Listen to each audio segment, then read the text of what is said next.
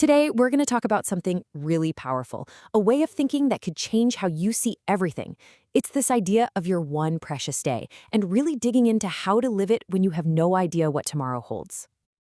So let me just ask you something right off the bat. Do you ever feel like you're just on a hamster wheel?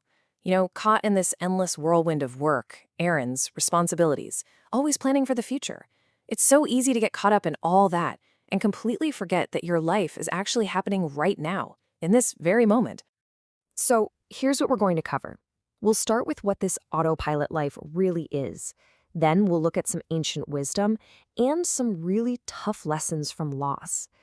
After that, we'll get clear on what this all actually means, and then, the best part, how you can start living your one precious day. So let's jump in. All right, section 1. Let's start with a feeling that I bet is super familiar to a lot of us.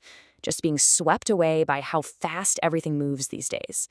You're just trying to keep your head above water. And when we're in that rush, it's so easy to forget this one basic truth. Every single day we get is a unique piece of our life that we'll never get back. And look, the idea of living like it's your last day isn't just some cheesy motivational poster quote. It's actually a really powerful tool for practicing mindfulness, for cutting through all the noise and finding what really matters. Right here, right now. Now, I know what you might be thinking. Oh, this sounds like some new agey wellness trend. But actually, no, not at all. This idea has been around for thousands of years, with super deep roots in major philosophies from all over the world. And what's so cool is how these two completely different traditions came to pretty much the same conclusion. In the East, you have Buddhism, which talks a lot about impermanence, the fact that nothing lasts forever. And because of that, they say true happiness can only ever be found in the now.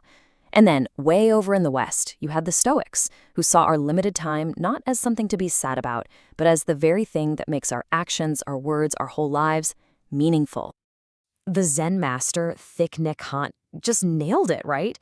We spend so much time looking for happiness in our memories of the past or our dreams for the future that we totally miss the only place it actually exists, right here. In this quote, it just perfectly sums up the Stoic way of thinking. The Roman Emperor Marcus Aurelius, he wasn't trying to be morbid or a downer here. He was trying to get you to be intentional. It's a super powerful filter for your choices, isn't it? If this was it, your very last moment, would you be okay with what you're doing, with what you're saying? Okay, so philosophy is great, but let's be real. Sometimes it takes a huge, shocking event to really shake us awake. These big life events, a lot of them tragic, can be these incredibly powerful, if painful, reminders of just how fragile life is. Yeah, over 3,000. That's how many lives were lost in just a few hours during the 9/11 attacks. Think about that. People just went to work one morning and they never came home. No chance for a last goodbye. And after that tragedy, you heard story after story of people who completely changed their lives, who vowed to never again take a single day or a single loved one for granted. And, we all just lived through a global wake-up call, right? The pandemic brought this massive wave of uncertainty to basically every person on the planet. And it forced all of us, in our own ways, to face up to our mortality and ask that really big question.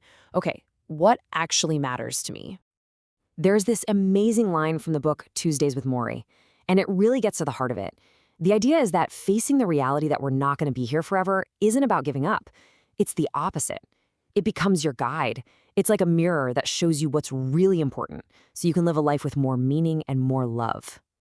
So, this is huge. What can we learn from people who are actually at the end of their lives? Well, a nurse named Bronnie Ware spent years working in palliative care, and she documented the biggest regrets she heard over and over.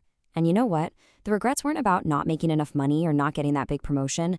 They were about not living a life that was true to themselves, not spending enough time with people they loved, and letting fear and routine run the show. So with all that in mind, we really need to clear something up. Because when we say live for today, it's so easy to get the wrong idea. It can sound like an excuse to just be totally reckless, but that's not it at all. It is not a free pass to be irresponsible or just chase a quick thrill.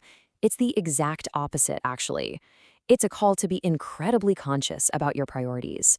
It's about giving yourself permission to just stop, take a breath, and focus on what genuinely matters in your life. and then act from that place of intention, not just impulse. Steve Jobs just put this so brilliantly. Remembering that your time is limited, a lot of people think it's a burden, but it's actually liberating. It's freeing. It helps you get over the fear of what other people think, the fear of failing. It just strips away all the non-essential stuff so you can be brave and focus on what's truly important to you. Okay, so this all sounds great in theory, right?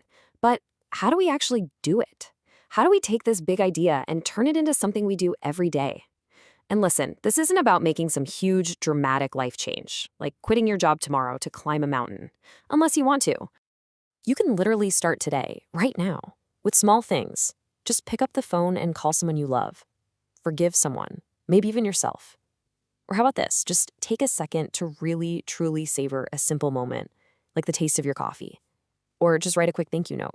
It's these little intentional acts that build a life that's truly lived. Because at the end of the day, that's what this is all about, a perspective shift. It's about realizing that a good life isn't about how many years you get, it's about how much life you pack into those years. It's about all the moments where you were fully there, fully present, truly alive. It's about going from just existing to actually living. So I'll leave you with this one thought to take with you.